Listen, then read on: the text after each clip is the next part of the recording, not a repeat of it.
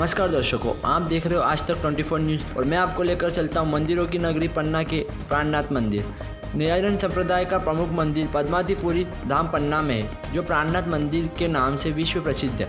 इस मंदिर का निर्माण श्री प्राणनाथ जी के परम शिष्य महाराजा छत्रसाल जी द्वारा सन 1690-93 ईस्वी में कराया गया था। महाप्रभु प्राणनाथ इसी मंदिर में चिंतन करते थे और यही सन 1964 ईस्वी में ब्रह्मलीन हुए। यहाँ सिंहासन पर ब्रह्मवाणी विराजमान है, उस पर सच्चिदानंद स्वरूप अनादि अक्षर प्रतीत श्री कृष्ण की मुरली मुकुट और वागे वस्त्रादि का श्रृंगार है। इस विशाल परिसर में मुक्तिपीठ से गुम्बद जी एवं बंगला जी का मंदिर स्थित है। इस संपूर्ण क्षेत्र को ब्रह्मा चबूतरा कहते हैं।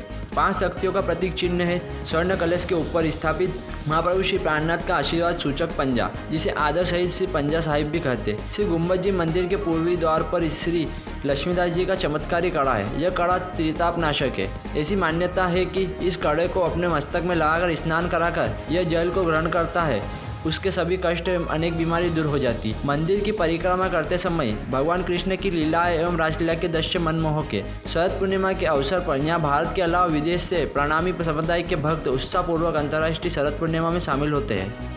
समस्त धर्म शास्त्रों में वर्णित था कि विजयानंदन बुद्ध निष्कलंक कलगी अवतार आएंगे और वह संसार को मोक्ष देंगे।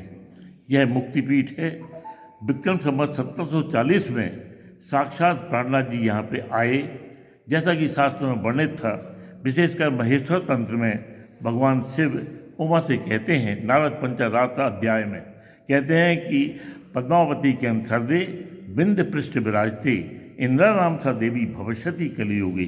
कलयुग में वो इंदिरा नाम की सखी, जिनका कि स्वरूप प्राणनाथ के रूप में होगा, वो यहाँ पे आएंगे और मोक्ष धाम स्थापित करेंगे।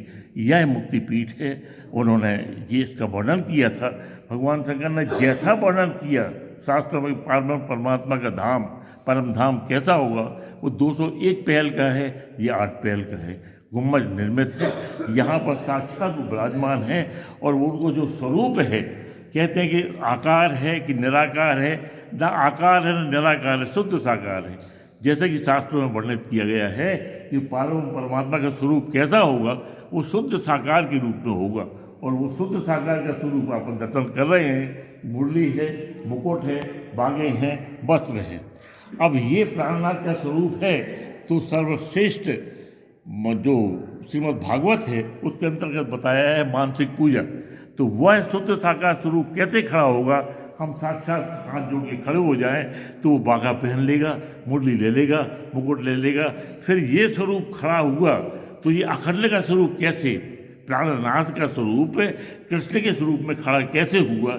इस बात को समझने वाली बात है कि श्रीमद् भागवत के 10वें स्कंद के 35वें अध्याय में ये वर्णित किया गया है कि जब गोपिकाएं ब्रज से रास में गईं तो वो आत्माएं गईं और परमात्मा से मिल गईं। योग माया के ब्रह्मांड में, योग माने पिरस होना, प्राणनाथ से मिल गए। प्राणनाथ का स्वरूप अद्वैत स्वरूप में हो गया।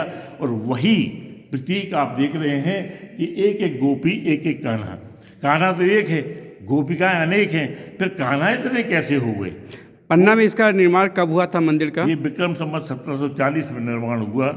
यहाँ पर महाराज छत्रसाल जी के निर्देशन में, उनकी हयाती में वो साक्ष थे, उस समय ये मंदिर का निर्माण हुआ। ये साधना स्थली है। मूल रूप से साक्षात नूरी स्वरूप में परमात्मा यहाँ पर विराजमान है।